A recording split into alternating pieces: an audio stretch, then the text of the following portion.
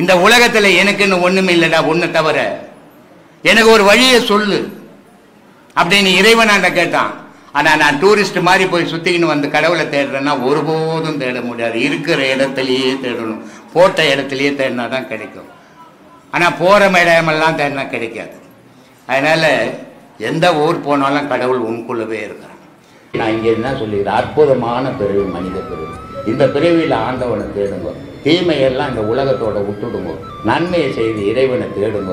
அதுதான் உங்களுக்கு முக்தி மோட்சம் அப்படின்னு சொல்றேன். அதை நான் செய்ய மாட்டேன், நான் வாழற மாதிரி தான் வாழ்வேன்னா நம்ம என்ன பண்ண முடியும்? ஒன்றும் தடுக்க முடியாது. அவன் விருப்பம். துன்பம் வரும்போதும் அவன் தான் அனுபவிப்பான், நமக்கு பாதிக்காது. அதனால நன்மையை மட்டும் நம்ம சொல்லுவோம், உண்மையை மட்டும் சொல்லுவோம். மனிதா, நீ கடவுளை தேடி கண்டுபிடிக்க முடியாது. கடவுளுக்கு அட்ரஸ் கிடையாது, கடவுளுக்கு ஆதாரம் கிடையாது. ஆனால் நீன்னு சொல்லி நான் சொல்கிறேன், நீ யாருன்னு தேடிப்பார். உன்னை நீ எப்போ தெரிஞ்சுக்கிறியோ அப்போ நீ கடவுளை தெரியலாம். உன்னை தெரியாத வரைக்கும் ஒருபோதும் எவனாலையும் கடவுளை கண்டுபிடிக்க முடியாது. அதனால தான் சிவவாய்க்கு ரொம்ப அழகாக சொன்னார், ஓடி ஓடி உட்கலந்த ஜோதியை நாடி நாடி நாட்களும் கழிந்து போய் வாடி வாடி வாடி போன மாந்தர்கள் கோடி கோடி எண்ணில்.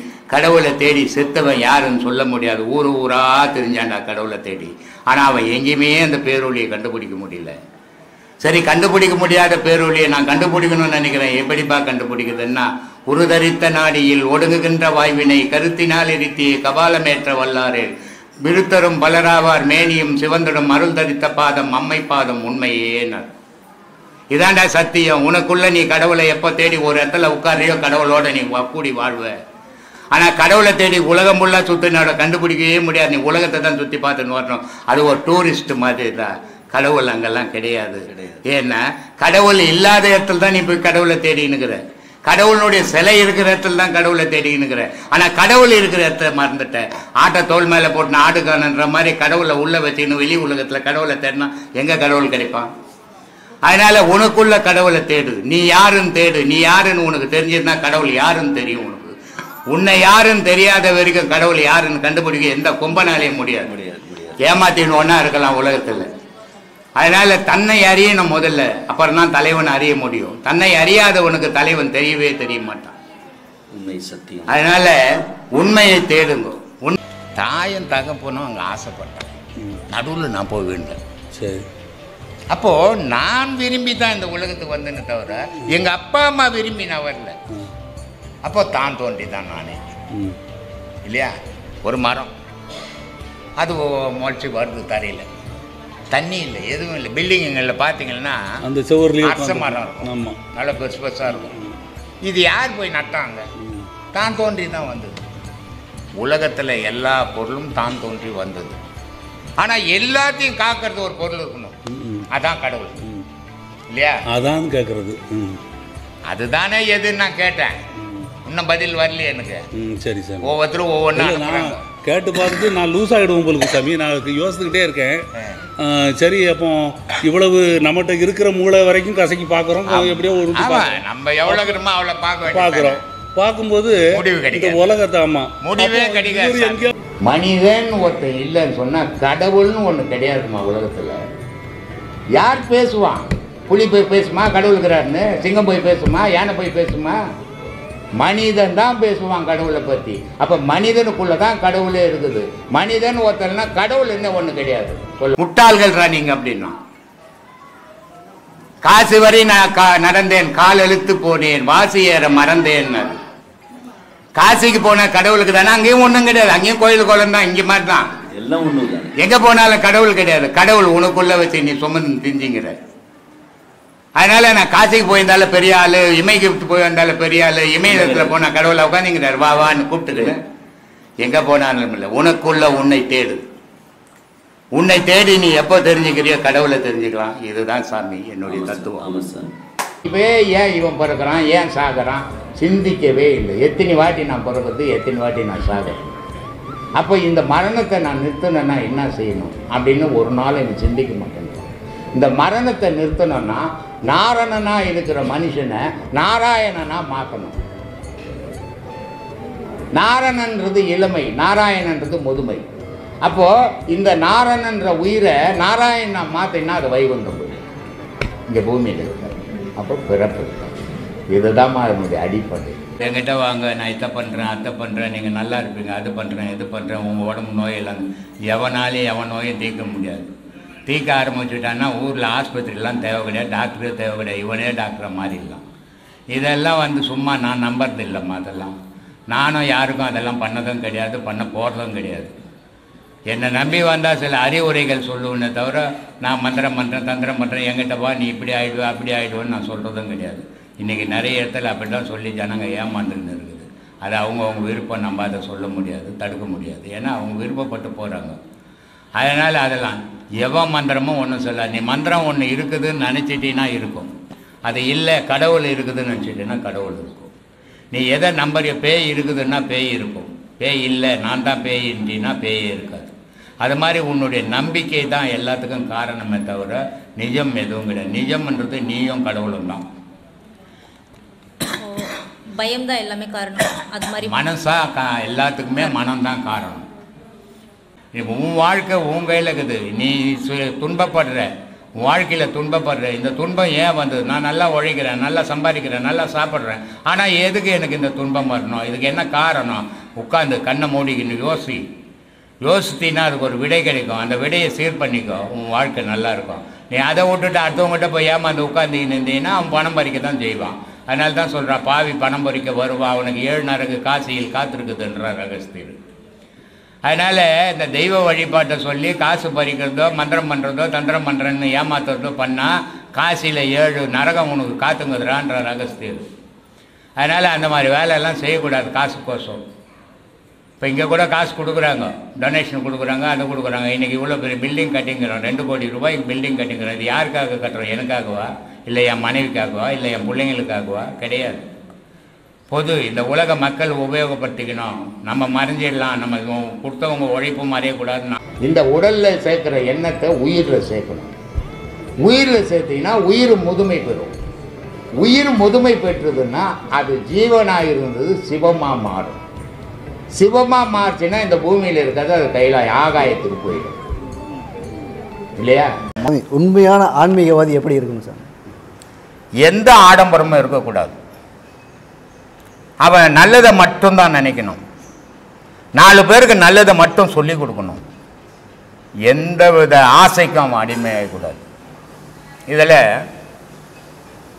மகாபாரதத்தில் பீஷ்மர் சொல்கிறாரு, நீங்கள் ஒரு மகா குரு. யாரை சொல்கிறாரு? துரோணரை சொல்கிறாரு. ஒரு மகா குரு நீங்கள், எனக்கு அடுத்தபடி நீங்கள் தான் அந்த படையை வழி நடத்தணும். அப்படின்னும் போது நான் குருஸ்தானத்தை இழந்துட்டேன் அப்படின்றார். எப்படி குருஸ்தானத்தை நீங்கள் இழக்கலாம்? எப்படி இழக்க முடியும்? அப்படின்னும் போது நான் ஒரு குருவு துருபத நாட்டினுடைய மன்னங்கிட்ட போய் சண்டை போட்டு பாதி இடத்த வாங்கிக்கினேன் நான். அப்போ எனக்கு ஆசை வந்துச்சு அடுத்த இடத்து மேலே. அப்புறம் நான் எப்படி குருவாக இருக்க முடியும்? அப்போது ஒரு குருவாகப்பட்டவன் எப்படி இருக்கணும்னு துரோணர் சொல்கிறாங்க. எந்த ஆசாபாசத்துக்கும் அடிமையாகாதவனாக இருக்கிறவன் மட்டும்தான் குரு.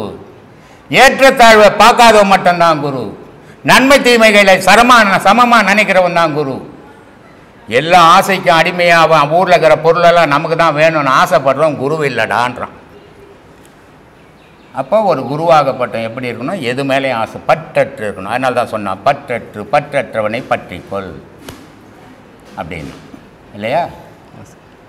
ஆசை வளர வளர ஆய்ந்து வரும் துன்பங்கள், ஆசை விட விட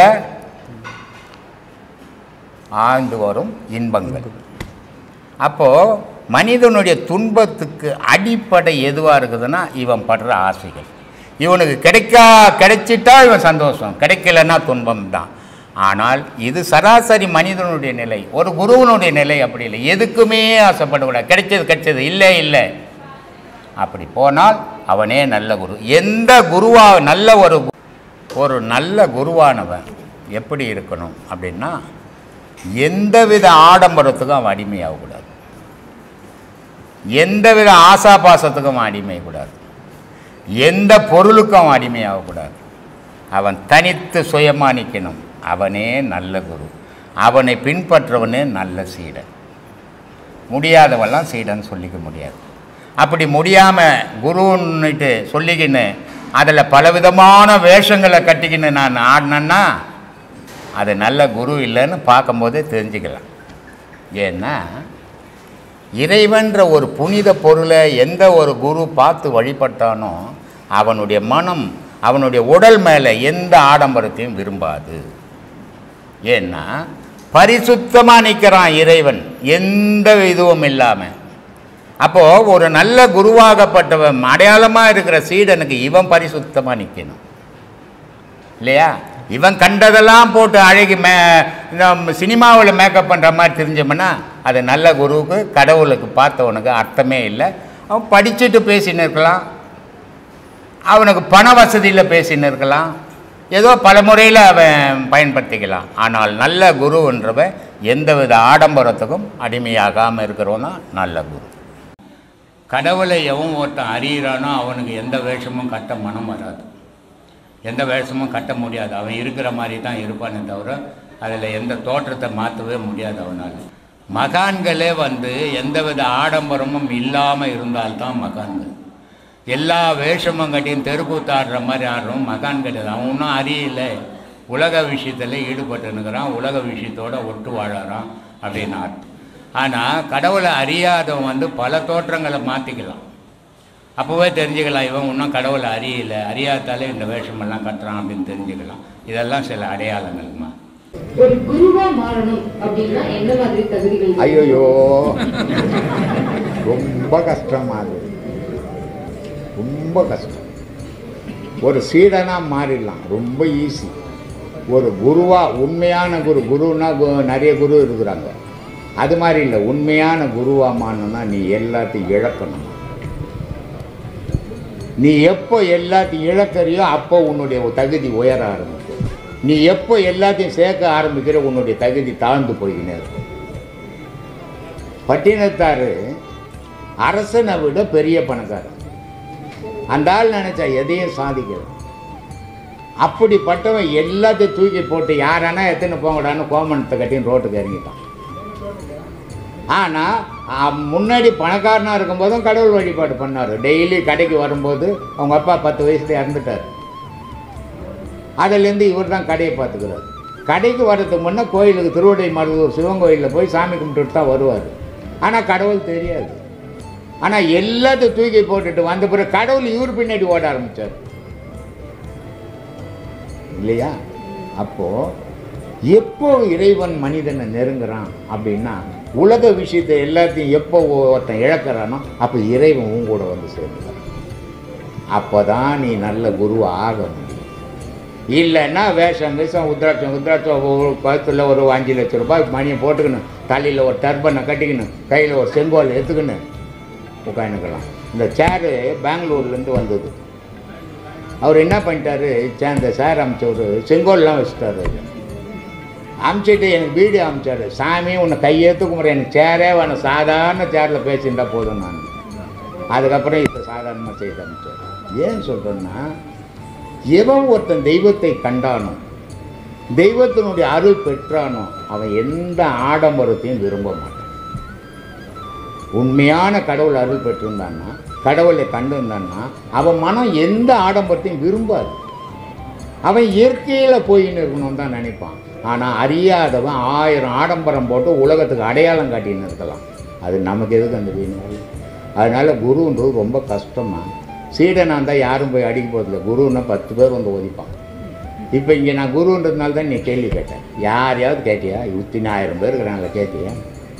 அப்போது குருன்னா எவ்வளோ ஆபத்துக்குது பாரு, ரொம்ப ஆபத்தாது.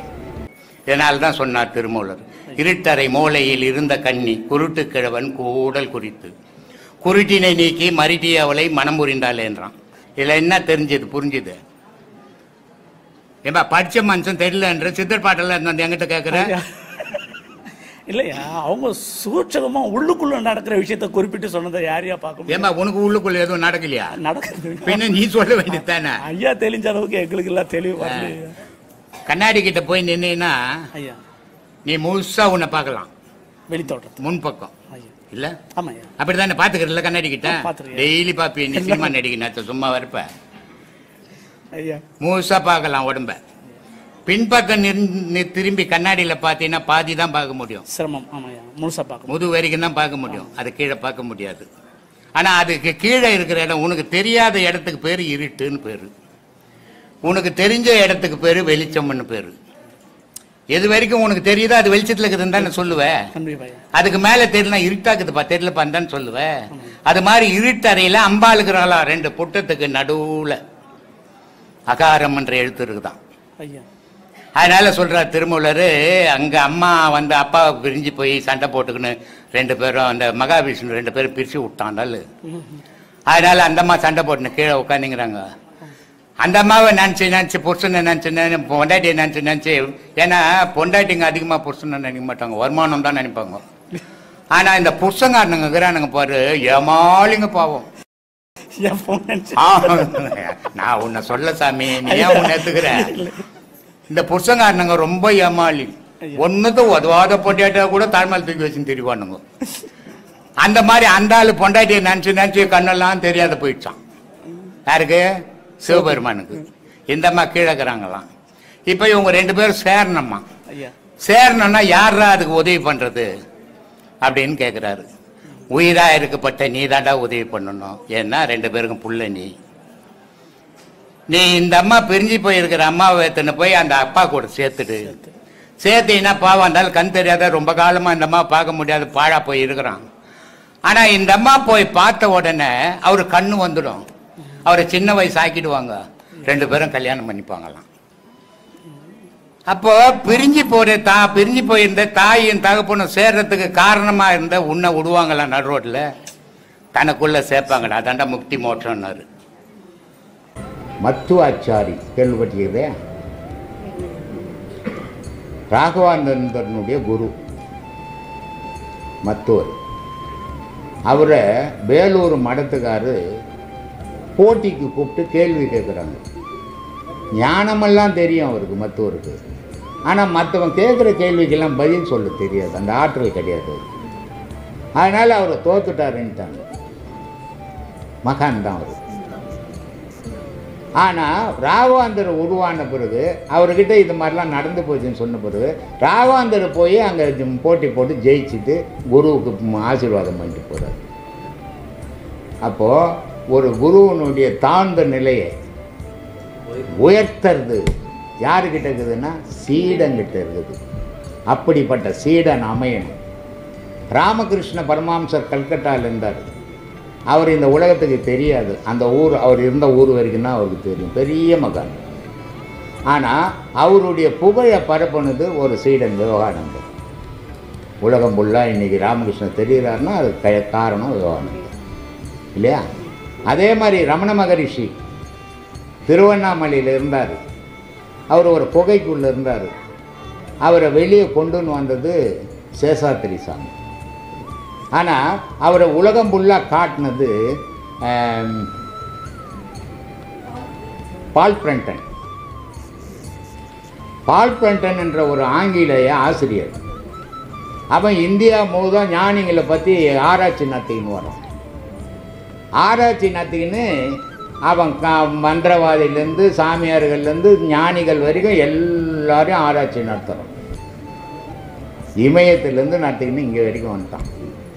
காஞ்சி மடத்தில் காஞ்சி பெரியவர்கிட்ட போய் கேட்குறான், நான் இது மாதிரி உங்ககிட்ட சேரணும். அப்போ அவர் சொல்கிறார், இது மத சம்பந்தப்பட்ட விஷயம், இங்கே உன்னை சேர்த்துக்க முடியாது, நீ ஒரு கிறிஸ்துவன்.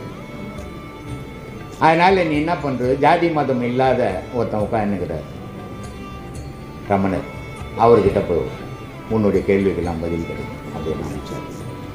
அவர் போய் பால் பிரண்டன் போய் ரமணர்கிட்ட அவரை முழுமையாக ஆராய்ஞ்ச பிறகு அவர் ஒரு புக்கு எழுதுகிறார், இந்திய புதையல்.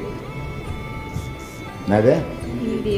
இந்திய நாட்டினுடைய புதையல் அப்படின்ட்டு கட்டுரை எழுதி புக்கு எழுதினார். 3 பார்ட்டு எழுதினார். அந்த 3 பார்ட்டு எத்தனை கோடி புக்குன்னு தெரியலையா, அத்தனை கோடி புக்கு விட்டு போச்சு. இன்றைக்கும் இங்கிலாண்டில் ரமண விஜயம்னு பத்திரிகையும் ஓடின்னு இருக்குது. அதனால்தான் ரமணர் ஆசிரமத்தில் போனீங்கன்னா நிறைய தமிழரை விட இங்கிலீஷ்கார் தான் நிறைய இருப்பாங்க. இதுக்கு காரணம் அவர் பால் பிளான்டனுடைய இது இல்லைன்னு சொன்னால் ரமணர் வெளிநாடு வரைக்கும் போயிருக்க முடியாது. அப்போது ஒரு குருவை, நான் தான் குரு, என்ன மாதிரி யாரும் இல்லை, நான் தான் உலகத்திலே பெருசு அப்படின்னு எவன்னா ஒரு குரு சொன்னான்னா அவன் நயா பைசா கூட உதவாதன்னு முடிவு பண்ணிக்குவோம். ஆனால் சீடர்கள் குருவை உயர்த்தணும், அது அவனுடைய கடமை. ஆனால் அந்த மாதிரி இன்னும் யாரும் எனக்கு சீடர் அமையலைன்னு நினைக்கிறோமா, அது அமையுமோ என்னமோ எனக்கு தெரியாது. சொல்லு. என்ன, நீ எந்த மதவாதியாக இருந்தாலும் உன் வீட்டுக்குள்ளே வச்சுக்கோ, எந்த ஜாதியாக இருந்தாலும் உன் வீட்டுக்குள்ளே வச்சுக்கோ. பொது இடத்துக்கு வந்தீங்கன்னா அங்கே ஜாதி மதம் பேசுனா குழப்பம்தான் உண்டாகும். பொது நோக்கு வேணும். அங்கே இங்கே இவ்வளோ பேர் ஆயிரக்கணக்கில் வந்திருக்கிறாங்க. இது வரைக்கும் நீ எந்த ஜாதி எந்த மதம் நான் யாரையும் இது வரைக்கும் என் வாழ்நாளில் கேட்டதே கிடையாது. ஏன்னா நான் பார்க்கறது ஜாதியை பார்க்க மாட்டேன், மதத்தை பார்க்க மாட்டேன், மனுஷனை மட்டும் பார்ப்பேன். ஓசூர்லேருந்து ஒரு அம்மா ஃபோன் பண்ணுறாங்க, எனக்கு ஒரு முஸ்லீம், நான் உபதேசம் வாங்கணுன்னாங்க. நான் சொன்னேன், நீ ஒரு பெண்ணாக வந்தால் உனக்கு உபதேசம் உண்டு, ஒரு மதமாக வந்தீங்கன்னா கொடுக்க மாட்டேன்ட்டு. இல்லையா? ஏன்னா இந்த முஸ்கா கிஸ்காலாம் போட்டுன்னு வந்து இங்கே கொடுக்க முடியாது. அந்த மாதிரி இந்த 2 பெண்களும் அவ்வளோ அருமையாக பேசுகிறாங்க பட்டிமன்றத்தில். இது குரானை பற்றியும் பேசுது அந்த பொண்ணு, மகாபாரதத்தை பேசுது, ராமா. இந்த பொது நோக்கு வரணும், ஒவ்வொருத்தரும் மேடையில் பேசணும். நான் ஒரு முஸ்லீம் குரான் பற்றி தான் பேசுவேன், நான் ஒரு இந்துவை பற்றி தான் பேசுவேன், நான் ஒரு கிறிஸ்தவ. அப்படி பேசும்போது நீ வீட்டில் பேசணும், பொது இடத்துல பேச வேண்டிய அவசியம் கிடையாது. பொது இடத்துல அப்படி பேசணும்னா அது பிழப்பு. இந்த பொது நோக்கு வரணும், ஒவ்வொரு மனிதனுக்குள்ளும் வந்தாவே அவன் பாதி சுயநலம் பாதி பொது நலத்துக்கு வருவான். இல்லைன்னா முழுக்க சுயநலத்திலே வாழ்வான். இப்போ என்னுடைய செயல்கள் என்னுடைய தொண்டுகள் எப்படி அப்படின்னா எல்லாம் பொது நலமான இல்லை, பாதி பொதுநலம் பாதி என்னுடைய சுயநலம். அதை தான் நான் செய்துன்னுக்கிறேன். முழுக்க நான் பொதுநலம் செய்யவும் முடியல. இந்த மாதிரி உண்மையை உணரணும் ஒவ்வொருத்தரும், அப்போதாம்மா அதில் போக முடியும். சீராளன்னு ஒரு கதை இருக்குது. அந்த சீராளனுடைய தந்தை என்ன பண்ணுவார்னா, சாப்பாடு செய்தார்னா யாராவது ஒரு சிவனடியாருக்கு போட்டுவிட்டா அன்னைக்கு அவர் சாப்பிடுவார். இது அவங்க பழக்கமாக வச்சுன்னு வர்றார். ஒரு நாள் சொல்கிறாரு, ஒரு சிவனடியார்கிட்ட போய் சொல்கிறாரு, ஐயா மத்தியானம் சாப்பாட்டுக்கு வந்துடணும், நீங்கள் இன்றைக்கி நம்ம வீட்டில் தான் நீங்கள் சாப்பிட்ணுன்றார். அப்போ அவர் சொல்கிறாரு, நான் உன் வீட்டில் சாப்பிட்ணுன்னா, என்னப்பா நான் உன் வீட்டில் சாப்பிட்ணுன்னா எனக்கு உன்னுடைய பிள்ளையினுடைய கறி வேணும் அப்படின்ட்டு. அப்போ இவர் மறந்து போடுறாரு, என்னடா இது பிள்ளையினுடைய கறி கேட்குறாரு சிவபக்தன், இது எப்படி பாவமாக இருக்குது. அதே நேரத்தில் அவர் சிவபக்தன் சாப்பிடுவாரா, ஆனால் சாப்பிடாதவர் எப்படி இதை கேட்டார் அப்படின்னு குழப்பம் வந்துட்டு அவர் சொல்கிறாரு, சரி பரவாயில்ல நான் செய்து வைக்கிறேன் வாங்கன்ட்டு மனைவியை தலையை பிடிக்க சொல்கிறார். கணவன் கழுத்தாக இருக்கிறார். இது செய்வீங்களா நீங்கள்? அதனால் இதெல்லாம் சாத்தியமில்லாத விஷயம். ஆனால் அவங்க செய்தாங்க. கழுத்தை அறுத்து கறி சமைச்சிட்டாங்க. சாப்பிட போகும்போது பிள்ளைய கூப்பிடுன்றார். யார்? சிவபக்தன். அப்போ அந்த சாதம் போட்டவர் சொல்கிறாரு, என்ன பைத்தியக்காரத்தனமாக சொல்கிறான் இந்த ஆள் தான் புள்ள கறி வேணும்னு சமைச்சு வைன்னு சொன்னான், திருப்பி பிள்ளைய கூப்பிடுன்றானே, பிள்ளை எங்கேருந்து வரும், அவன் செத்து போயிட்டானே அப்படின்னு. அப்போ அவர் சொல்கிறாரு, இல்லை ஐயா புள்ள கறி தான் சமைச்சு வச்சுக்கிறேன், அவன் எப்படி வரும், நீ கூப்பிடு வாசலில் போய். கூப்பிட்டாக்கா சீராளம் வரும். அப்போது அந்த தந்தையினுடைய பக்தியை மதிக்கிறதுக்காக, அவன் நம்பிக்கையை உலகத்துக்கு தெரியப்படுத்துறதுக்காக கடவுளே அவதாரம் எடுத்து இந்த மாதிரியான வேலை செய்கிறார். அது கல்யாணம் ஆயிடுச்சு, 2 பேரும் கல்யாணம் ஆயிடுச்சு. ஒரு 3 வருஷமாகி போச்சு, குழந்தை இல்லை. லட்சக்கணக்கில் டாக்டர்கிட்ட செலவு பண்ணுவேன், இன்னத்துக்கு குழந்தை இல்லைன்னு. இன்னும் இன்னைக்கு இல்லை குழந்தை இல்லை சொல்லுமா? குழந்தை ஏன் இல்லை உங்களுக்கு? உயிரணு உற்பத்தி இல்லை அவங்ககிட்ட. உயிரணு உற்பத்தி இருக்குதா இல்லையா? 3 வருஷமா குழந்தை இல்லை. அப்போ இன்னா நின்னா குழந்தை வரும், இன்னா நிக்கலன்னா குழந்தை இல்லை. தெரியல. சொல்லுங்க சார், நீங்க சொல்லுங்க, உங்க பதிலுக்கு தான் நாங்க எதிர்பார்த்து. ஒரு பெண்ணுக்கு மாசம் மாசம் தீட்டு போச்சுன்னா குழந்தை நிக்காது. மாசம் மாசம் தீட்டு போனா நிக்காதுங்களா? போனா எங்க நிக்கும்? கரு எப்படி தடிக்கும்? அப்போ அந்த தீட்டு போகாம நின்னாதான் என் பொண்ணு முழுகாம இருக்கிறா, தலை முழுகிட்டா அப்படின்னு சொல்றாங்க. என்னது அது? தலை முழுகிட்டான்னா தீட்டு போச்சுன்னு அர்த்தம், முழுகாம இருக்கிறான்னா தீட்டு போலேன்னு அர்த்தம். இந்த போகாம இருக்கிறதுக்கு டாக்டர் கிட்ட ஊசி போட்டுக்கிறாங்க, மாத்திரை போட்டுக்கிறாங்க.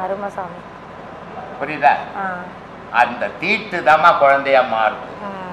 அப்புறம் எங்க தீட்டுக்குது உனக்கு எனக்கு? நீ தொட்டா தீட்டு, நான் தொட்டா தீட்டு, நீ போனா தீட்டு, நான் வந்தா தீட்டு. மனுஷனுடைய மனசுல இருக்குது தீட்டு. இவன் உயர்ந்தவன், அவன் தாழ்ந்தவன், இவன் இந்த மதம், அவன் அந்த மதம். இது போச்சுன்னா தீட்டு போச்சு. இது இருக்கிற வரைக்கும் எவனையும் தீட்டு விடாது. திருமூலர் ரொம்ப அழகா சொல்லுவார், இறைவனை யாராலையும் அறிய முடியாது, ஓரளவுக்கு தான் அதை பற்றி பேச முடியும், முழுமையாக அறிஞ்சும் உலகத்தில் யாரும் கிடையாதுறான்றார். அதனால சொல்றாரு, யார் அறிவார் எங்கள் அண்ணல் பெருமையை, யார் அறிவார் அதன் அகலமும் மிகலமும், வேறறியாமல் விளம்புகின்றேன் என்றார். 3000 வருஷமா அது எங்க ஆரம்பம் எங்க முடிவுன்னு தேடுறா, கிடைக்கல எனக்கு. அதனால கடவுள் என்ற விஷயத்தை பற்றி சும்மா வாயில பேசின்னு போடலாமே தவிர முழுமையான உண்மையான விஷயம் தெரிஞ்சுக்கவே முடியாது. ஏன்னா அதுக்கு ஆரம்பமும் இல்லை முடிவும் இல்லாத பொருள் அது. அதை பற்றி நீ எப்படி முழுசா தெரிஞ்சுக்க முடியும் அப்படின்னு திருமூலர் ரொம்ப அழகா சொல்லுவார். அதனால அடிமுடி அப்படின்னா உன் சுவாசம் கால் கட்டவரல் வரைக்கும் போகுது, அதே சுவாசம் உலகம் உச்சி வரைக்கும் போகுது இல்லையா? இது எங்க ஆரம்பம் எங்க முடிவுன்னு உன்னால எங்க வந்து கண்டுபிடிக்கிறது? அப்போ இந்த ஜீவனா இருக்கப்பட்டது குழந்தையா இருக்கு, மனுஷனா இருக்கிறான். இந்த ஜீவன் முதுமை பெறும்போது அது சிவமா மாறுது. சிவமா மாறும்போது அதனுடைய அடிமுடி காண முடியாது மனுஷனால. ஏன்னா பிரம்மானா நீ நானும் தான். பிறப்பை உண்டாக்குறது பிரம்மம், பிறப்பை நம்ம தான் உண்டாக்கிக்கின்னுக்கிறோம். அதனால பிரம்மான்றது நம்ம தான். அதனால்தான் எல்லா தெய்வத்துக்கும் கோவில் உண்டு, பிரம்மாவுக்கு தனியாக ஒரு ஊராக ஒரு கோயில் கட்டுறது கிடையாது. அது புதிராவே தான் இருக்குது. புதிதாக இருக்குதா? ஆமாம், உண்மைதான். அதுக்கு பேர் தான் இறைவன்றது. அவன் ஏற்கிற வரைக்கும் தான் அவன் ஏங்குற வரைக்கும் தான் உன் ஏக்கம். அவன் ஏங்குறது நின்றுதுன்னா உன் ஏக்கம் நின்றுட படுக்கையாயிடுவேன். அதனால நான் நான் நான் பேசாத, அவன் அவன் அவன் பேசு. நான் இல்லை இந்த உலகத்துல எதுவுமே. நான் இருக்கதான் எனக்கு அழிவு இல்லை இல்லையா? எந்த பொருள் இந்த உலகத்துல உருவாகுதோ அந்த பொருள் அழிஞ்சே தீரும். ஆனா இறப்பும் பிறப்பும் இல்லாத இறைவனும் அழிஞ்சதில்லை, இறப்பும் பிறப்பும் இல்லாத ஆன்மாவும் அழிஞ்சதில்லை. இது ரெண்டு தான் இந்த உலகத்துல நிஜ பொருள். இது ரெண்டு தான் இறைவன். மகான்கள் கோடி பேர் பிறக்கலாம், மறையலாம். மனிதர்கள் கோடி பேர் பிறக்கலாம், சாகலாம், மறையலாம். ஆனா இறைவன் பிறந்ததும் இல்லை, செத்ததும் இல்லை. அது மட்டும்தான் இறைவன். மீது எல்லாம் மகான்கள் தான். இறைவன் ஆக முடியாது. இறைவனுக்கு பிறப்பு இறப்பு இல்லை. அதனால அருணகிரி ரொம்ப அழகா சொல்வார், செம்மன் மகளை திருடும் திருடன் பொம்மன் முருகன் பிறவான் இரவான், சும்மா இரு சொல்லு என்றாலும் அம்மா பொருள் ஒன்றும் அறிந்தில்லேன்னு என்னார். இறைவன் பிறந்ததும் இல்லடா, செத்ததும் இல்லடா, என்னடா பேசுகிறேன் என்னாரு. ஆனா அவர் சும்மா இருன்னு சொன்னார். என்ன அதுக்கு பொருள் தெரியல, அர்த்தம் தெரியலடா எனக்கு அப்படின்றாரு. அவ்வளோ பெரிய 16,000 பாட்டு பாடி அருணகிரி சொல்றாரு, சராசரி மனிதன் அட்ட வாட்டி வீட்டுக்கு போறதுக்கு எப்படி வழின்னு தெரியாதுக்கிறோம், நம்ம எப்படி கடவுளை பற்றி தெரிஞ்சுக்க முடியும் இல்லையா? இதெல்லாம் ரொம்ப ஆராய வேண்டிய விஷயங்கள், சாதாரணமான விஷயங்கள்ல. இறைவனை பற்றி ஆராய்ஞ்சு நீ முழுமையா தெரிஞ்சுக்கணும்னா உன்னையே நீ அதில் இழக்கணும், அப்பதான் தெரிஞ்சுக்க முடியும். உலக விஷயத்துல நாட்டங்கள் மனிதனுக்கு வரும்போது அவன் இறைவனுடைய விஷயத்தை விட்டுடுவான் இல்லையா? இதுதான் உலகத்துல இயற்கையா நடந்துனுக்குது. அதனால தூய்மையான இறை பக்தி போயிடுச்சு, போலி பக்தி உருவாகி போச்சு. கடவுள்கிட்ட போனா என்னமோ கடங்காரங்கிட்ட போய் நிக்கிற மாதிரி கேட்கறான். என் பிள்ளைக்கு கல்யாணம் ஆகணும், புரோக்கரா அவரு சொல்லு, நீயே சொன்னீன்னா சரி. என் பொண்ணுக்கு கல்யாணம் ஆகல, என் பிள்ளைக்கு கல்யாணம் ஆகல, நான் வீடு கட்டினா அது பாதியில் நிற்குது, அவனை கொத்தனார வந்து கட்டி கொடுப்பாரு. இது அறியாமை பக்தி. என்னமோ கடன் கொடுத்தவங்ககிட்ட போய் கடன் கேட்டுங்கிற மாதிரி கதையாகுது. நான் பல வீடியோக்களில் சொல்லிக்கிறேன், கடவுள் படைச்சவன், உனக்கு என்ன தரணும் எப்போ கொடுக்கணும்னு அவனுக்கு தெரியும். அங்கே அமைதியாக கண்மூடிக்கு நில்லு, உனக்கு கிடைக்க வேண்டியது கிடைக்கும். ஆனால் கிடைக்க கூடாததெல்லாம் நீ ஆசைப்படுவ, ஆனால் அதெல்லாம் கிடைக்காது அப்படின்ட்டு இல்லையா? நான் 6 வயசுல மாடு மேய்ச்சின்னு இதோ பக்கத்து ஊர் நல்லாத்தூர் சோறு தண்ணி இல்லாத சுத்திங்க இருந்தேன். இன்னைக்கு இங்கே 10,000 பேர் முன்ன உட்காரு வந்து நினைச்சேன்னா நினைக்கல. ஆனா அவன் நினைச்சிருக்கிறான். கோடி நினைவுகள் உண்டு நமக்கு, ஆனா முடிவுகள் அவன் பண்ணணும். மனிதனால முடிவு பண்ணி வாழ முடியாது. நினைப்புகள் 1000 வச்சுக்கலாம், முடிவு அவந்து தான். அவன் என்ன முடிவு பண்ணிக்கிறான் அதான் இங்கே கிடைக்கும் உனக்கு. ஆனால் நீ முடிவு பண்ணுறதெல்லாம் கிடைக்காது. நினைப்பு உனக்கு வரும். அதனால இறைவன் அழிவற்றுவன், உன்னுடைய ஆன்மா அழிவற்றுதான். ரெண்டையும் இணைக்கிறதுக்கு பாலமாக இருந்து பயன்படுங்க. ஒருத்தவங்க வீட்டுல இறந்துடுறாங்க. இப்போ ஒரு 16ஆவது நாள் காரியம் பண்றாங்க. ஆனா இப்போ வந்து ஒரு வருஷத்துக்கு நீங்க மலைக்கு போக கூடாது, கடலுக்கு போக கூடாது அப்படின்னு சொல்றாங்க சார். அதனுடைய நோக்கம் என்ன சார்? இது எப்ப சொன்னாங்க? ஒரு 50 வருஷத்துக்கு முன்ன சொன்னாங்க. இப்ப இறந்துட்டு உடனே என்ன சொல்றாங்க? நாளைக்கு வியாபாரம் பார்க்கணுங்க, நாளைக்கு ஆபீஸுக்கு பண்ணுங்க, இன்னைக்கு காரியம் பண்ணுங்கன்றான். இந்த மூட நம்பிக்கை இப்ப இன்னைக்கு எங்க போச்சு? மனிதனுடைய சுயநலத்துக்காக வச்சுக்கினானே தவிர உண்மை இல்லை. உண்மையே கிடையாது. இல்லை. ஏன்னா சர்ச்சில் பாதிரியார் இது சொல்றானே, அவன் வந்து 10 மாசம் தீட்டு. கோவில்ல இந்து கோயில்கள்ல மந்திரம் சொல்றானே, அந்த மந்திரமே 10 மாசம் தீட்டு தான். மனிதன் வாழறமே தீட்டுன்னு சொல்லிங்கிறமே நானே ஒரு தீட்டு தான். எங்க அம்மாவுக்கு 10 மாசம் தீட்டு போயிருந்தா நான் இங்க உட்காந்து மாட்டேன், கத்த மாட்டேன். செத்தவனுடைய உடல் இருந்து ஒரு வெப்பு நீர் வடியும், அதுல கிருமி கலந்து இருக்கும். அதனால அதை தொட்டுக்கணும் உள்ள வராது. அதனால அறிவுபூர்வமா இருந்தா மனுஷன். இப்பெல்லாம் முட்டாள்கள் அதிகம். அப்போ அந்த சுடுகாடு பக்கத்துலயே ஒரு குளம் வச்சிருந்தான். அங்க பொச்சையெல்லாம் இங்க குளிச்சுட்டு தாண்டா வீட்டுக்கு வரணும்னு வச்சோம். ரொம்ப புத்திசாலித்தனமா வச்சிருந்தாங்க. இப்ப எல்லாம் ஷவர் பாத்து தாங்க நான் குளிப்பேன், வீட்டுக்கு வந்துடுறேன். அந்த கிருமி ஊருக்குள்ள பரவி போகுது. இது இருக்கக்கூடாது. ஆறில் அறிவுபூர்வமா வச்சிருந்தான். அப்போ எப்ப நீ ஒரு பொருளை போச்சியோ அங்கேயே போய் தீட்டு இல்லையா? செத்ததும் தீட்டு, அதை எடுத்து போய் பொச்சதும் ஒரு தீட்டு. அப்போ இந்த தீட்டு தான் வீட்டுக்கு வந்துடுச்சு. இப்போ ஒரு கல்யாணம் ஆயிடுச்சு, 2 பேரும் கல்யாணம் ஆயிடுச்சு, ஒரு 3 வருஷமாகி போச்சு, குழந்தை இல்லை. லட்சக்கணக்கில் டாக்டர் கிட்ட செலவு பண்ணுவேன். இன்னத்துக்கு குழந்தை இல்லைன்னு, இன்னும் இன்னைக்கு குழந்தை இல்லை சொல்லுமா? குழந்தை ஏன் இல்லை உங்களுக்கு?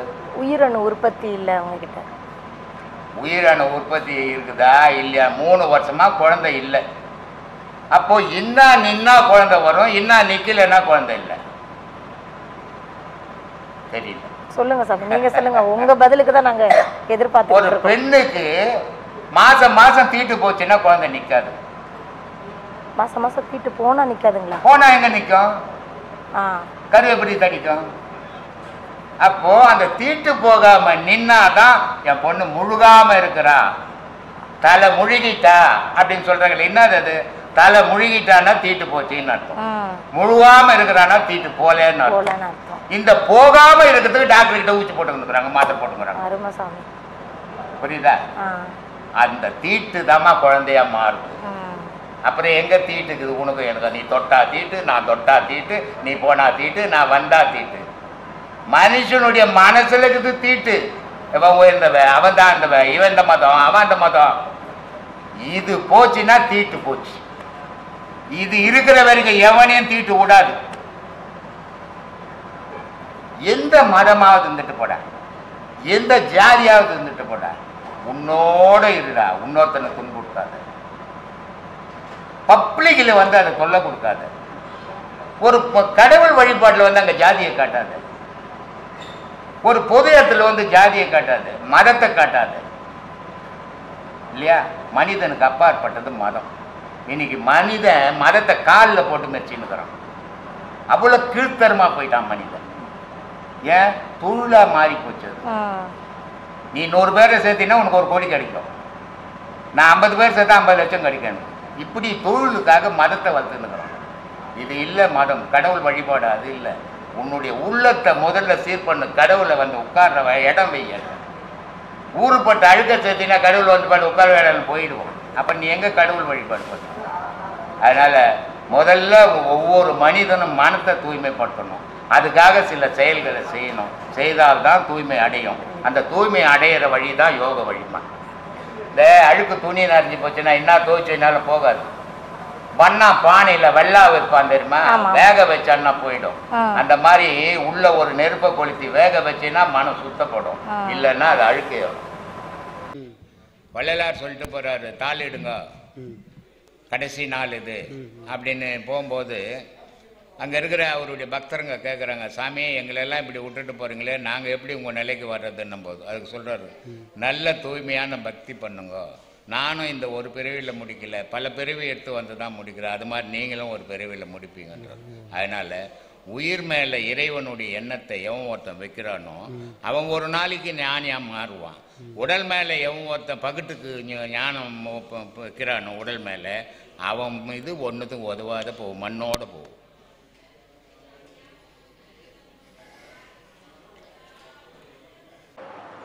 ராமகிருஷ்ண பரமஹம்சர் பேசுகிறாரு. 2 நண்பர்கள் வராங்க, ஒன்றா பேசிக்கணும். உடனே ஒருத்தன் பார்க்குறான், ராமகிருஷ்ணர் பேசுகிறாரு. அந்த ஒரு நண்பன் சொல்கிறான், ராமகிருஷ்ணர் பேசுகிறாரு, அவருடைய பேச்சை கேட்கலாண்டா, அது புண்ணியண்டான்ட்டு ராமகிருஷ்ணர் கிட்ட வந்து உட்காந்துட்டான். சரி நீ கேட்டினது, நான் விபச்சாரி வீட்டுக்கு போகிறேன், நான் அங்கே வரமாட்டேன், நான் விபச்சாரி வீட்டுக்கு போயிட்டான். விபச்சாரி வீட்டுக்கு போனவன் ராமகிருஷ்ணர் என்ன பேசினார் இல்லையா, அதை கேட்காத போயிட்டுமே, நம்ம முட்டாள்தனமாக இங்கே வந்துட்டுமே அங்கே யோசிச்சுக்கிறான். அவன் விபச்சாரி வீட்டுக்கு போனவனுக்கு மனசு விபச்சாரி வீட்டில் இல்லை, ராமகிருஷ்ணர் மேலே இருக்குது. ராமகிருஷ்ணர் பக்கத்தில் உட்காந்துங்கிறவன் போன நண்பன் என்ன பண்ணான்னு தெரியல, எப்படி ஆச்சுன்னு தெரியல, என்ன பண்ணான்னு தெரியல, ராமகிருஷ்ணர் பக்கத்தில் உட்காந்து விபச்சாரி வீட்டை யோசித்துன்னுக்கிறான். அந்த மாதிரி ஆன்மீக கிளாஸ் நீங்க வந்துட்டு ஊட்ட யோசித்துன்னு உட்காந்துக்கிறான் எவ்வளோ பேர். இது இல்லை ஆன்மீகம். நீ எங்க இருக்கிறியோ அங்க அதுவா மாறி போனோம் நீ. அதனால தான் நான் சொல்லுவேன், கோயிலுக்கு போனியா நல்ல பக்தனாயிரு, தாய் தகப்பங்கிட்ட போனியா நல்ல பிள்ளையாரு, ஒரு குரு கிட்ட போனியா நல்ல சீடனாயிரு அப்படின்னு சொல்றது அதுக்குதான். மாறுபட்டு இருந்தீங்கன்னா செயல் மாறி போயிடும். அதனால் அந்த மாதிரி இருக்க பழகணும். அது எடுத்த உடனே வராது. மதம் என்றது மனுஷன் வச்சுக்கினது, உயிர் என்றது மனுஷன் வச்சுக்கின்றான், இயற்கை. ஆன்மான்றது வச்சுக்கின்றான் மனுஷன், இயற்கை. மனுஷன்ற நோய் இயற்கை, மதம் என்றது செயற்கை இல்லையா? இன்னைக்கு ஒரு மதத்தில் பிறந்துட்டான், இந்து மதத்தில் பிறந்துட்டான், ஒரு 10 வருஷம் போனோம் நாங்கள் துட்டு கொடுக்குறோன்னே கிறிஸ்து மதத்தில் போய் என்ட்ராயிடுறான். அப்போது இதெல்லாம் மனுஷனால் மாற்றப்படுறது, மாறுறது. ஆனால் இயற்கை உன்னால் உன் உடலை மாற்றிக்கவே முடியாது. நான் மனுஷனாக வானாங்க, நான் குரங்கா போகிறேன்னு போக முடியாது. நான் மனுஷனாக வானாங்க, ஊரெல்லாம் பயப்படணும் எனக்கு, நான் புள்ளியாக போகிறேன்னு போக முடியாது. இந்த மதம்ன்றது மனுஷன் வச்சுக்கினது தொழிலுக்காக, துட்டுக்காக. அதனால் மதம் மதத்தில் யாவன் ஒருத்தங்கிறானோ அவனுக்கும் கடவுளுக்கும் சம்பந்தம் கிடையாது. மதம் இல்லை ஜாதி இல்லைன்னு எவன் ஒருத்தன் நிற்கிறானோ அவனுக்கும் கடவுளுக்கும் தொடர்பு இருக்குதுன்னு அர்த்தம்.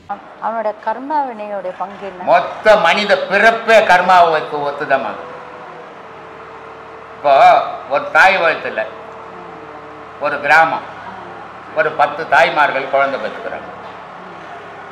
10 தாய்மார்கள் பெற்ற 10 குழந்தை, 10 குழந்தையில் 5 குழந்தை நல்ல திடகாத்தமாக இருக்குது.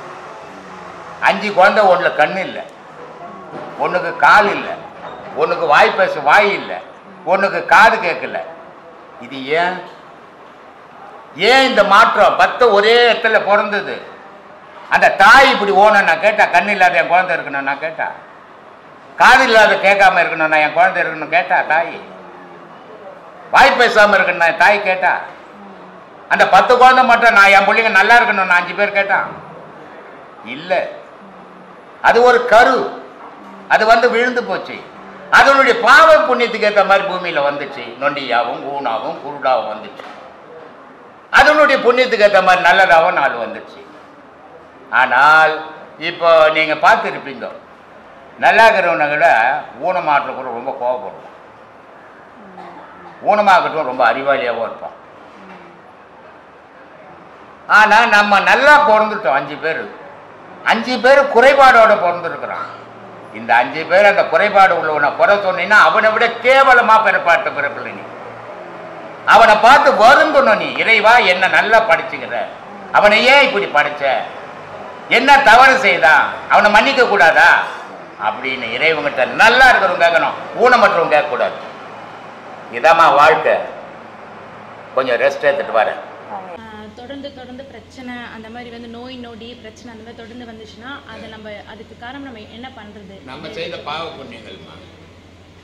மனுஷன் நல்லா போடுறோம், நல்லா சாப்பிட்றோம், நமக்கு தேவையற்ற நோய் வருது. ஏன் வருது? சம்மந்தமே இல்லை. இப்போ ஒரு டயர் கம்பெனியில் வேலை செய்கிறான். டன்லப் வந்து தெரியுமா, பெரிய பெரிய டயருங்க வருதுல்ல வண்டிக்கு, அந்த கம்பெனியில் வேலை செய்வான். அவனுக்கு வந்து டெய்லி சாப்பாடு கறி போயிடுச்சு தான் போடுவான் அந்த கம்பெனியில். அந்த டயர்னுடைய வாசனை அவனை டிபி ஆக்கிடும் இல்லையா? அது மாதிரி சில தொழில்கள் அவனை பாதிக்க வைக்கும். ஆனால் தொழிலே இல்லாமல் பாதிப்பான். காரணம், அவன் முன்னோர்கள் செய்த பாவமும் இவன் செய்த பாவமும் இவனை வதிக்கும். குழந்தை எந்த தொழில் செய்தது? இந்த பாவப்பட்ட விந்தில் பிறந்தது அந்த குழந்தையும் பாதிக்கும். அதனால்தான் குடும்பமே பாதிக்குது. சொல்லு, நீ ஒரு அப்பா அம்மா வயிற்றுல பிறந்த, நீ ஒரு பொண்டாட்டி கட்டின, நீ 4 புள்ள பத்துக்கினா வாழ்ந்துட்டு சேர்த்து போற. உன்னால என்ன இந்த உலகத்துக்கு நன்மை? என்ன சாதிச்ச நீ இந்த வரைக்கும் இந்த உலகத்தில்? ஒன்றுமே சாதிக்கல. ஆனால் இந்த உலகத்தில் நீ இல்லைன்னா இன்னொரு உயிரினம் இருக்காது. இன்னொரு உயிரினம் இல்லைன்னா நீ இருக்க முடியாது. அது அதனுடைய தொண்டை இந்த உலகத்துக்கு என்ன தேவையெல்லாம் செய்துங்குது. ஆனால் அதுக்கு தெரியாமல் செய்து, ஆனால் நீ தெரிஞ்சு செய்ய மாட்டேன்ற. மனதினாலே ஒடுக்கணும்னு சொல்லிக்கிறீங்க. மனத்தாலே ஒடுக்கணும்னு சொல்லிக்கிறீங்க. இந்த மனம் தான் எல்லாத்துக்கும் காரணமாங்க ஐயா. எல்லா உலக விஷயத்துக்கு மனுஷன் சொல்றதே மனசால தான். இல்லைன்னா மனுஷன் என்ன பண்ணியிருப்பான், ஒரு ஜீவன் இருப்பான். இல்லை, இந்த மனம் தான் எல்லாத்துக்குமே ஒரு பெரிய மனுஷன்ற ஒரு பேரே அதால் தான்ப்பா உனக்கு. இல்லைன்னா நீ மற்ற உயிரினங்கள் இருக்கிற மாதிரி நீ ஒரு உயிரினம் தானே. என்ன வித்தியாசம் உனக்கு அதுக்கும்? அதுவும் செத்து போது நீயும் செத்து போற. அதுவும் அவனுக்கெல்லாம் அவ்வை ஒரு பதில் சொல்லு. அப்பா, இப்போ நீ வாழ்ந்துன்னுக்கிற, நீ எதை தேடணும், எதை அடையணும், அதை தேடு. நான் அடுத்த பிறவியில் என்ன ஆக போகிறேன், முன் பிறவியில் என்ன, அந்த முக்காலத்தை அறிஞ்சு நீ என்ன பண்ண போகிற. இப்போ வந்து நீ பெரிய பணக்காரன், ஆனால் ஞானப்பாதைக்கு வந்துட்ட, ஞானி ஆகிட்ட. திருப்பி நீ பணக்காரன் ஆவியா? ஆவாததுக்கு ஏன் தேடிங்கிறத? அதனால் இந்த முக்காலம் இக்காலம்லாம் பொய்யான காலம். சரி, அதெல்லாம் வேணாம். இப்போ நீ வாழதான் நிஜ காலம். இந்த நிஜ காலத்தில் நிஜமான உயிருக்குள்ள உன் எண்ணத்தை செலுத்து. இந்த உலகத்திலேருந்து உன் எண்ணத்தை விலக்கு. இதுதான் தெய்வீகம். சரி, முதல்ல உன்னை தேடு. நீ யாருன்னு தெரியாத, கடவுள் தெரியாது. அதனால தான் நான் சொல்கிறது, நீ யாருன்னு உன்னை தேடு. சரி, நீ யாருன்னு உனக்கு தெரிஞ்சு போச்சுன்னா கடவுள் யாருன்னு தெரிஞ்சிட்டோம் அப்படின்னு சொல்லியிருந்தார். சரி சரி. அதனால் நாரதர் இருந்தார், அவர் போனார், அவர் கதை எழுதினார். அந்த கதைங்களே வேணாம். சரி, நம்ம பேசினுக்கிறது போயினுக்கிறது நிஜ பாதை. இது கோவிலுங்களில் உட்காந்துக்கின்னு கதை சொல்கிறதுக்கு உதவும் நாரதர் கதையெல்லாம்.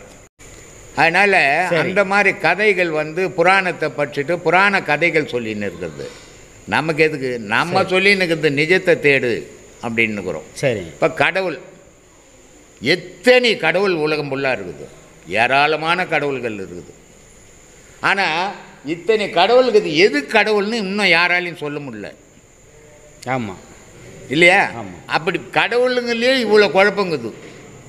சரி, அப்புறம் எது நிஜம்? நாரதர் இருந்தார், அவர் போனார், இவர் போனார். எங்கள் தாத்தா இருந்தது எனக்கு தெரியல, பேர் தெரியல எனக்கு. சரி சரி சரி. நாரதரை பற்றி தெரிஞ்சு நான் என்ன பண்ண போகிறேன்? சரி, அது அவசியம் இல்லை. வம்சா வழியில் வந்த எங்கள் தாத்தா தெரியலப்பா. எங்கள் தாத்தா இல்லைன்னா எங்கள் அப்பா இருந்திருக்க மாட்டார். சரி, ஆமாம், எங்கள் அப்பா இல்லைன்னா நான் இருந்திருக்க மாட்டேன். எங்கள் தாத்தாவே தெரியல எனக்கு. நாரதரை தெரிஞ்சு என்ன பண்ண போகிறேன்? எல்லோரும் நான் கடவுளை தேடுறேங்க, கடவுளை தேடுறேன். கடவுள் எதிர வந்தால் என்ன பண்ணுவேன் நீ? என்ன கேட்ப? ஒன்றும் கேட்க. அவர் என்ன கோட்டி சொன்ன ஒரு பொட்டி எடுத்து போய் உலகத்தில் வாழ்டா நான் சொல்லுவார்? ஒன்றும் கிடையாது. அப்புறம் எது கடவுளை தேடுற நீ?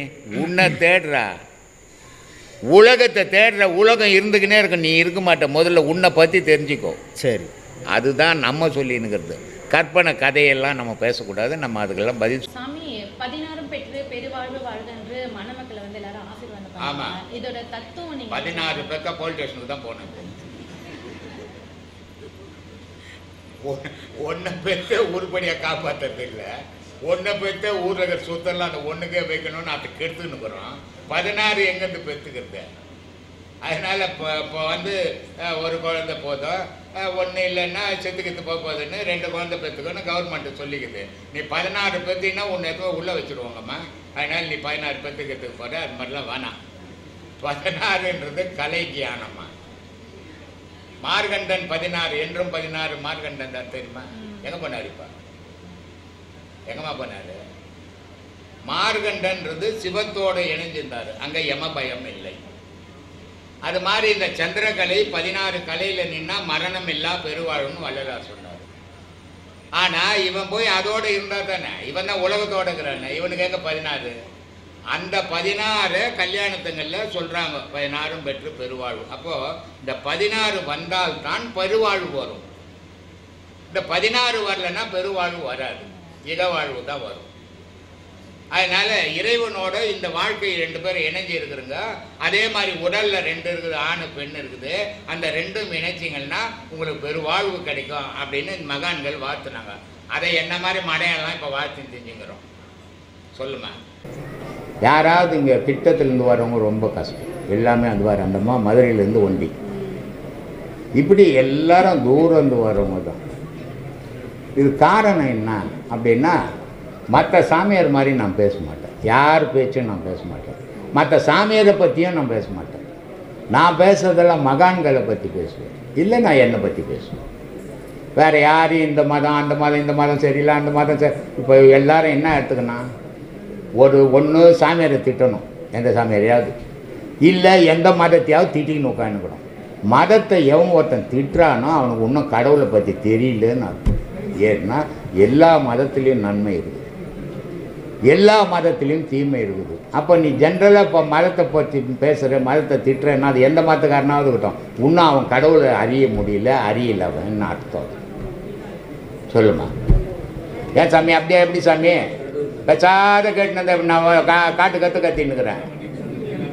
நமது மதம் ஒன்றை தவிர வேறு எந்த மதத்திலும் மறுபிறவிக்கு என்ற இடமே இல்லைன்னு சொல்றாங்க. மறுபிறவிக்கு இல்லைன்னு சும்மா ஏமாத்தின்னு இருக்கக்கூடாது.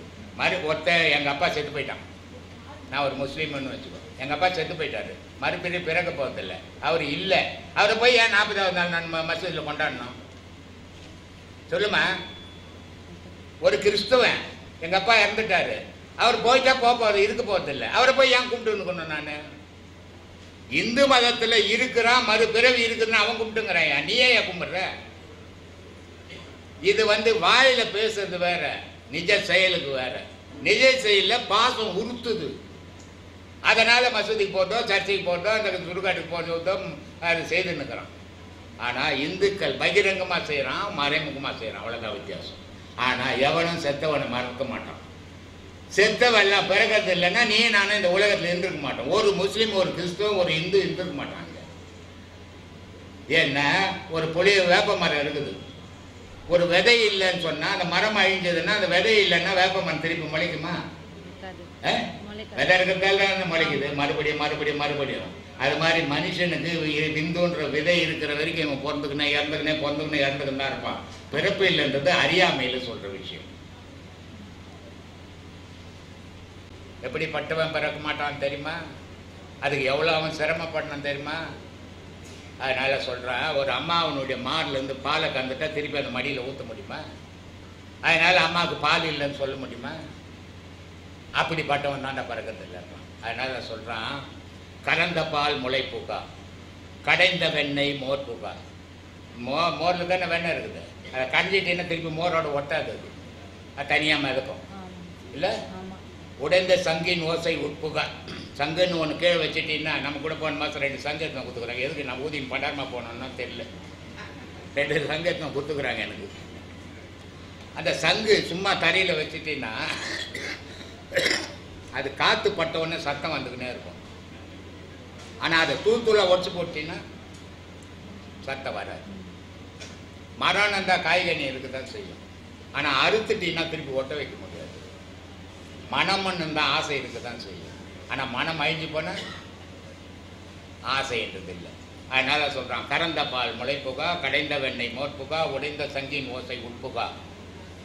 இறந்தவர் பிறப்பதில்லை பிறப்பதில்லை பிறப்பதில்லை. அவன் மட்டும்தான பிறக்கதில்லை. ஊருப்பட்ட ஆசையை வச்சுன்னு மதவெறி, பாசவெறி, பணவெறி இதெல்லாம் வச்சுக்கின்னு எங்கே பிறக்காத போகிறது? அதனால சொல்கிறான், அவித்த வித்தே முளையாது. இப்போ ஒரு நெல் இருக்குது, அதை போட்டு வேக வச்சுட்டின்னா நிலத்தில் போட்டிங்கன்னா முளைக்காது. ஆனால் பச்சை நெல்லை 1 வருஷம் வச்சுருந்த அடுத்த வருஷம் போட்டினோட முளைச்சிடும் இல்லை? அது மாதிரி இந்த ஆன்மாவை அவிச்சிடணும் நெருப்பில். அதுதான் வெளியே யாகம், உள்ள யோகம். இப்படி அவிச்சவனுக்கு மட்டும் பிறக்கிறது இல்லை, அவிக்காதவங்களாம் பச்சை நெல் மாதிரி பிறந்துக்கினே வளர்ந்துக்கினே தான் இருப்பான். இதுக்கு மதமே கிடையாது. மதம் என்றது மனுஷன் வச்சுக்கினது, உயிர் என்றது மனுஷன் வச்சுக்கின்றான், இயற்கை. ஆன்மான்றது வச்சுக்கின்றா மனுஷன், இயற்கை. மனுஷன் என்ற நோய் இயற்கை, மதம் என்றது செயற்கை இல்லையா? இன்னைக்கு ஒரு மதத்தில் பிறந்துட்டான், இந்து மதத்தில் பிறந்துட்டான், ஒரு 10 வருஷம் போனோன்னா அங்கே துட்டு கொடுக்குறவொன்னே கிறிஸ்து மதத்தில் போய் வச்சு என்ட்ரு ஆயிடுறான். அப்போது இதெல்லாம் மனுஷனால் மாற்றப்படுறது, மாறுறது. ஆனால் இயற்கை உன்னால் உன் உடலை மாற்றிக்கவே முடியாது. நான் மனுஷனாக வானாங்க, நான் குரங்கா போகிறேன்னு போக முடியாது. நான் மனுஷனாக வானாங்க, ஊரெல்லாம் பயப்படணும் எனக்கு, நான் புளியாக போகிறேன்னு போக முடியாது. இந்த மதம்ன்றது மனுஷன் வச்சுக்கினது தொழிலுக்காக, துட்டுக்காக. அதனால் மதத்தில் யாபம் ஒருத்தங்கிறானோ அவனுக்கும் கடவுளுக்கும் சம்பந்தம் கிடையாது. மதம் இல்லை, ஜாதி இல்லைன்னு எவன் ஒருத்தன் நிற்கிறானோ அவனுக்கும் கடவுளுக்கும் தொடர்பு இருக்குதுன்னு அர்த்தம். அறிவு விளக்கம் ராஜயோக நிகழ்ச்சியில் உங்களை தேடி வர ஆன்மாவர்கள் எல்லாருக்குமே அந்த கற்பூர ஆரத்தியை எல்லாருக்கும் காட்டுறீங்களாங்க? நான் இது உலகத்தில் எங்கேயுமே நடக்காத விஷயமா நான் பண்ணுறது. நான் என்ன பண்ணுவேன், முன்னெல்லாம் பூஜை முடிஞ்ச உடனே அத்தனை பேரையும் நிற்க வச்சு ஒரு ஆரத்தி எடுப்பேன். அந்த ஆரத்தினுடைய நிலை என்ன அப்படின்னா, எவ்வளவோ தூரங்கள்லேருந்து வராங்க, போகிற வழியில் எத்தனையோ இடையூறுகள் வரும். அத்தனை இடையூறுகளையும் தடுக்கக்கூடிய ஆற்றல் அந்த ஆரத்திக்கு உண்டு. அதனால் நான் எல்லாரையும் நிற்க வச்சு ஆரத்தி எடுத்து தான் அனுப்புவேன். இப்போ ஒரு 4-5 மாதமாக என்ன ஆகிப்போது, மத்தியானம் சாப்பாட்டு நேரம் முடிஞ்ச உடனே அவங்கவுங்க ஓடி போகிறாங்க. அதனால் அந்த ஆரத்தி எடுக்கிறத விட்டுட்டேன் நான். ஜனங்க சொன்னால் கேட்க மாட்டேங்குதுன்னு.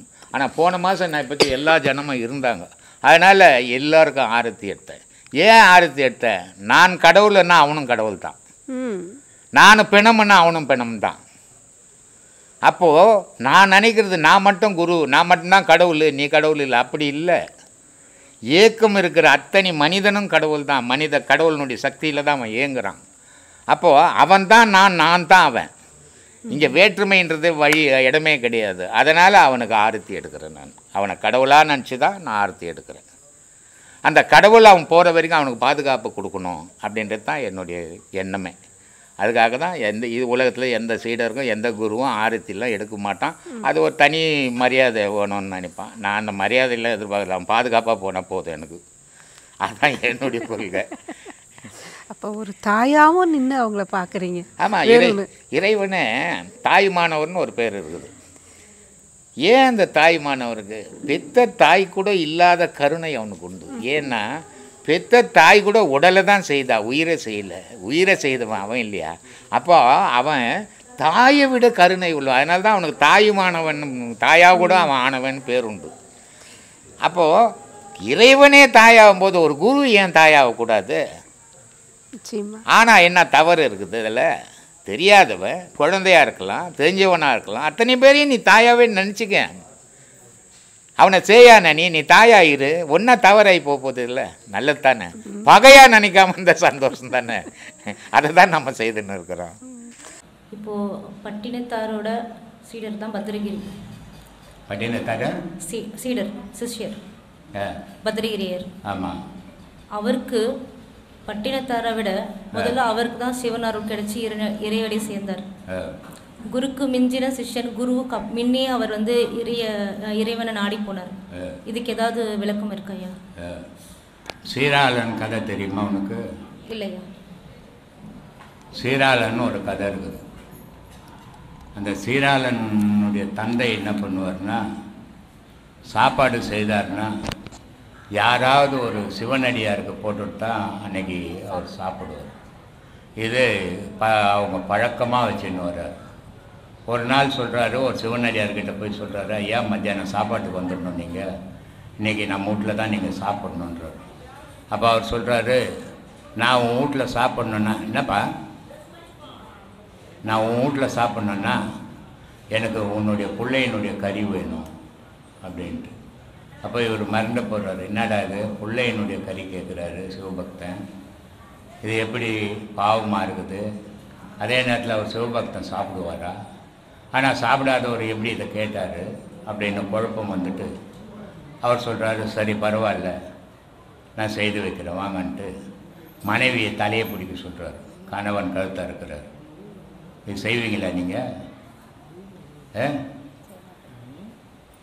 அதனால் இதெல்லாம் சாத்தியமில்லாத விஷயம். ஆனால் அவங்க செய்தாங்க. கழுத்தை அறுத்து கறி சமைச்சிட்டாங்க. சாப்பிட போகும்போது பிள்ளைய கூப்பிடுன்றார். யார்? சிவபக்தர்.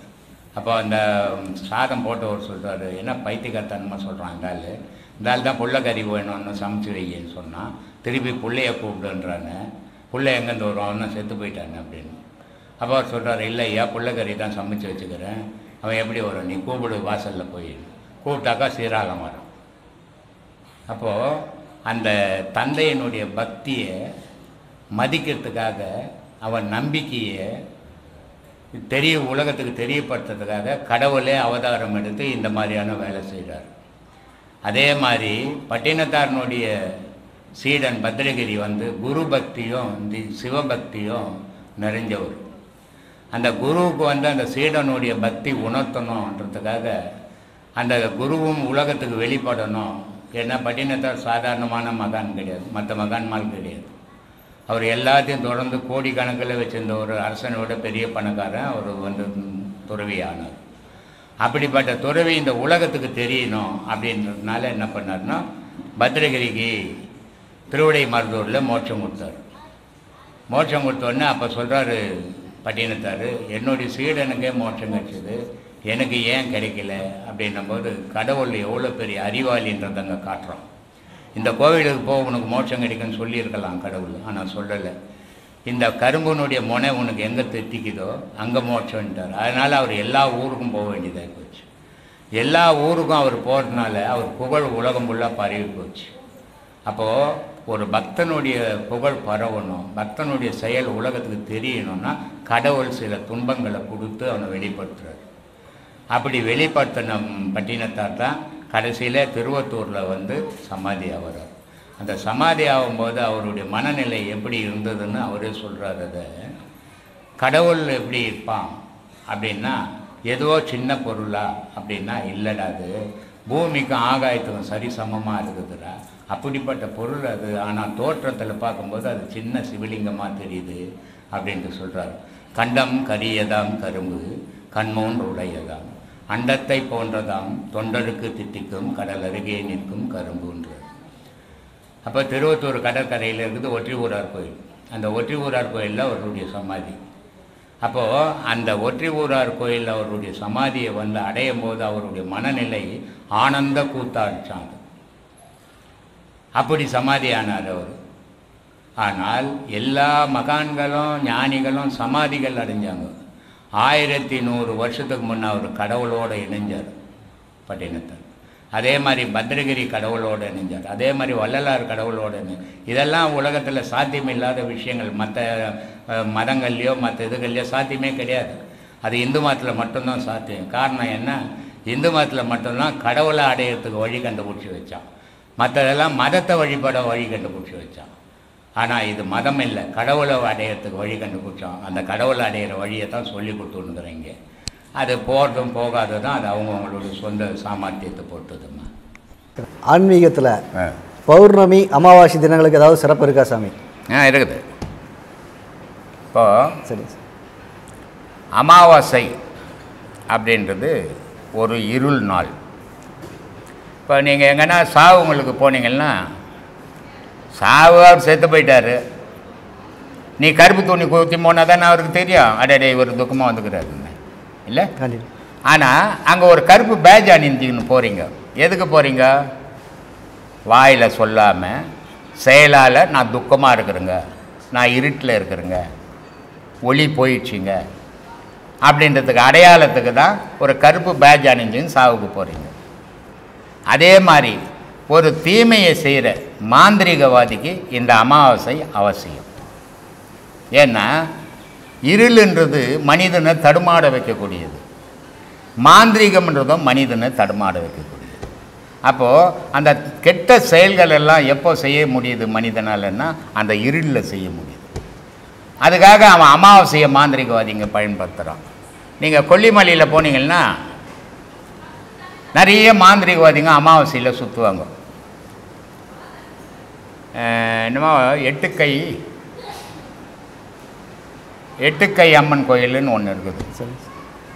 அங்கே கொல்லிமலையில் பல மூலிகைகள் கிடைக்குது, மாந்திரிகத்துக்கு உபயோகப்படுற மூலிகைகள். அந்த மூலிகைகளை எடுத்து அந்த எட்டுக்கை அம்மனாண்ட வச்சு அந்த அமாவாசை நாளில் நிறைய பூஜைகள் பண்ணி பல தீமைகளை செய்வாங்க. அங்கேருந்து எடுத்துக்கணும் வந்து வீட்டில் வச்சுக்கணும் செய்வாங்க. இது தீமை செய்யறதுக்காக வர நாள் அந்த அமாவாசை நாள். பௌர்ணமி நாள் இருளில் இருக்கக்கூடிய மனிதனை ஒளியை காட்டி வெளியே எடுத்துன்னு வர வேண்டியது. இப்போது குரு உபதேசம் அப்படின்னு நம்ம சொல்கிறோம். குரு உபதேசம். கூனா இருட்டு, ரூனா வெள்ளை வெளிச்சம். அப்போது இருட்டில் இருக்கக்கூடிய சீடனை வெளிச்சத்துக்கு கொண்டு வரவன் தான் குரு. உபதேசம், உபன்னா கிட்ட, தேசம்னா இடம். அப்போது இறைவன் இருக்கிற இடம் உன்னுடைய உடலுக்குள்ளேன்னு உன்னுடைய இருளை நீக்கி ஒளியை காட்டி அந்த குரு தொட்டு காட்டும்போது அது குரு உபதேசமாகும். அப்படிப்பட்ட உபதேசம் வந்து நீ இருளில் வாழ்ந்துன்னுக்கிற மனிதனை பேர் ஒளிக்கு எடுத்துன்னு வர்றதுக்காக வரக்கூடியதான் அந்த பௌர்ணமி நாள்.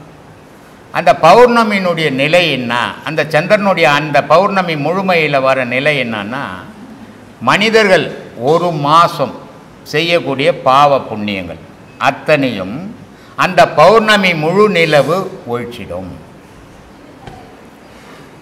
அதனால் அவனுக்கு நன்மைகள் கிடைக்கும்.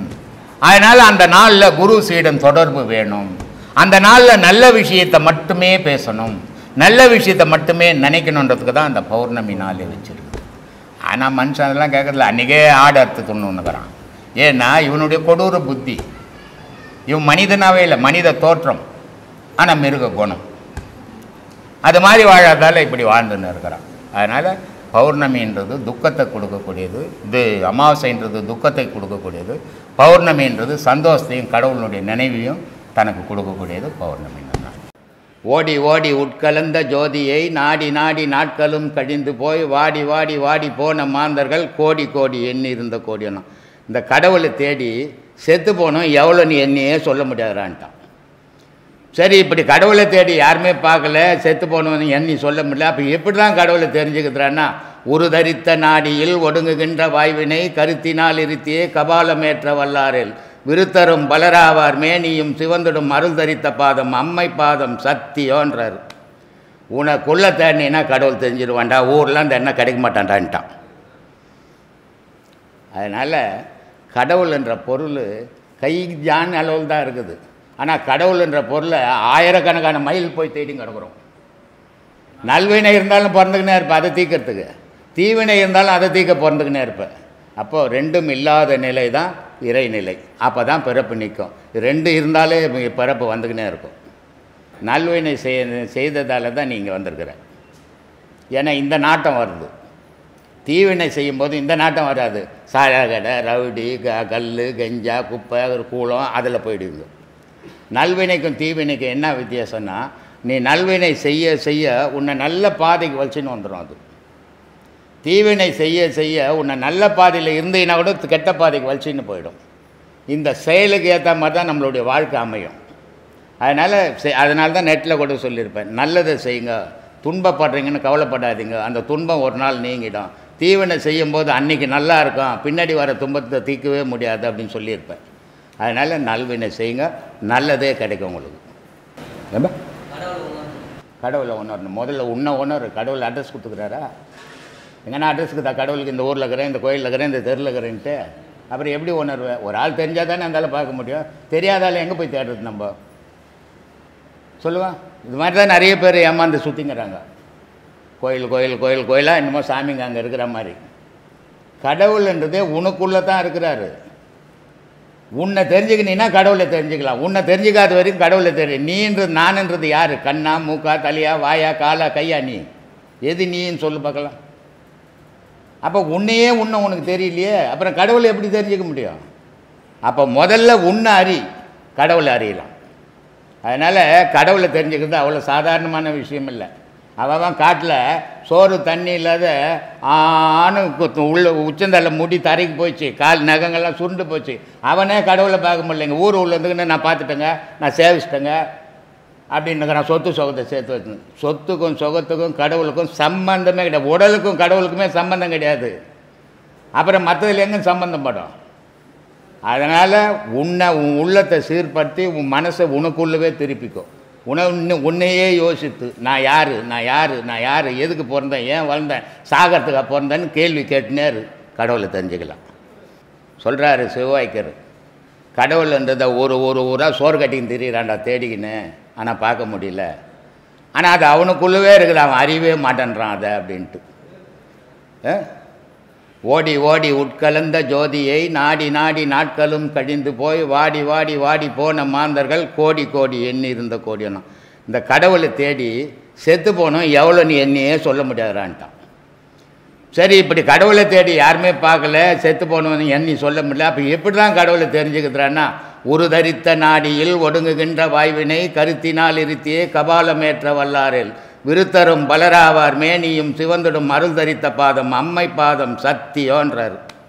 உனக்குள்ள தேடினா கடவுள் தெரிஞ்சிருவான்டா, ஊரில் அந்த எண்ணெய் கிடைக்க மாட்டான்டான்ட்டான். அதனால் கடவுள் என்ற பொருள் கை ஜான் அளவில் தான் இருக்குது. ஆனால் கடவுள் என்ற பொருளை ஆயிரக்கணக்கான மைல் போய் தேடி கிடக்குறோம்.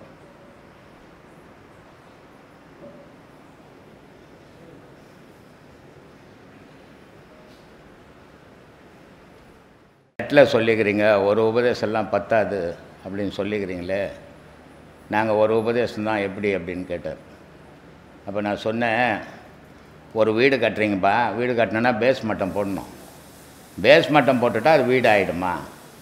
அப்போ ஒரு பாடம்ன்றது பேஸ் மட்டம் போடுற மாதிரி மேலே மேலே மேலே கட்டினா தானே அது முழுமை பெறும். அப்போ மேலே மேலே உபதேசம் வாங்கி அந்த உபதேசத்தை சீராக செய்தால் தான் அது முழுமை பெறும். உபதேசம் வாங்கிறதாலேயோ கடவுளே வந்து உபதேசம் கொடுத்தா கூட நீங்கள் செய்யலைன்னா அது உபயோகப்படாது. அது யார் செய்ய கொடுத்தாலும் சரி, நீங்கள் அந்த பாதை உங்களுக்கு மனசுக்கு ஏற்றுக்குச்சுன்னா அதில் தீவிரமாக பயிற்சி பண்ணணும். ஒரு நாள் கூட அதை தவறக்கூடாது.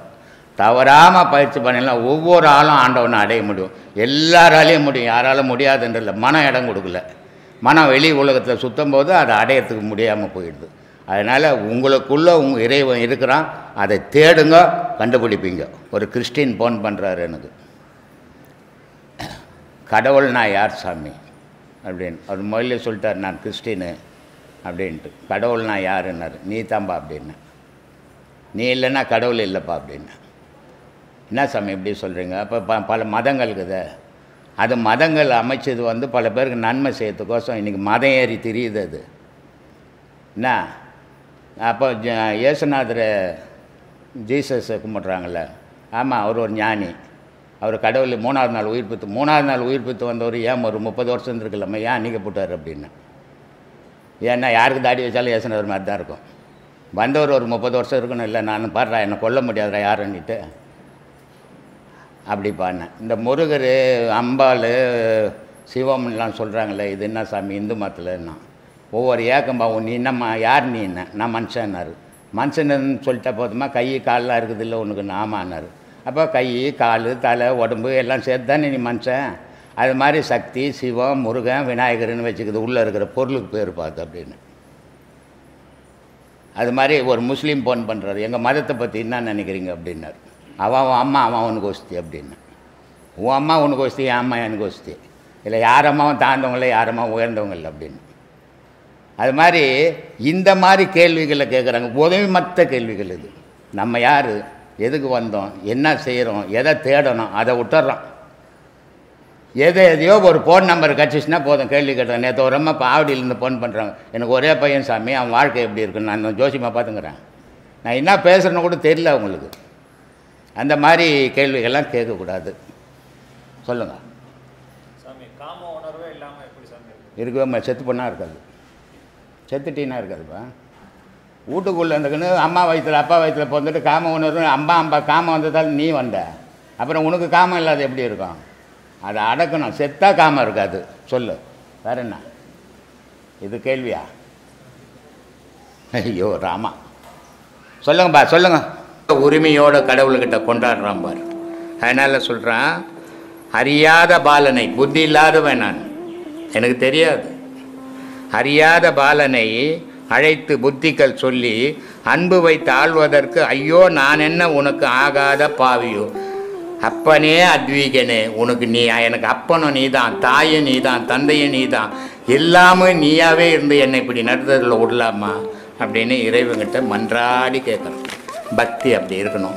ஏதோ ஒரு நாளைக்கு ஆசிரமத்துக்கு போகிறோம், பௌர்ணமி வந்தது, போய் தலையை காட்டினோம், வந்தோம், கதை முடிஞ்சு நம்ம வீட்டை பார்க்கலாம், சொத்தை பார்க்கலாம், சுகத்தை பார்க்கலான்னா அவ்வளோ சீக்கிரம் ஞானம் வந்துடாது. இது ஞானம் கடையில் விற்கிற பொருளில் வாங்கி வச்சுக்கிறது, உனக்குள்ளவே தேடி எடுக்கிறது. அதனால் சொல்கிறாரு, இவ்வளோ கஷ்டத்தையும் நான் சொல்லிட்டேன், இதுக்கு மேலே நீ வரலன்னா உனக்கு மரியாதை கிடையாது. கடவுளை கேட்குறான், உனக்கு மரியாதை கிடையாது அப்படின்றான்.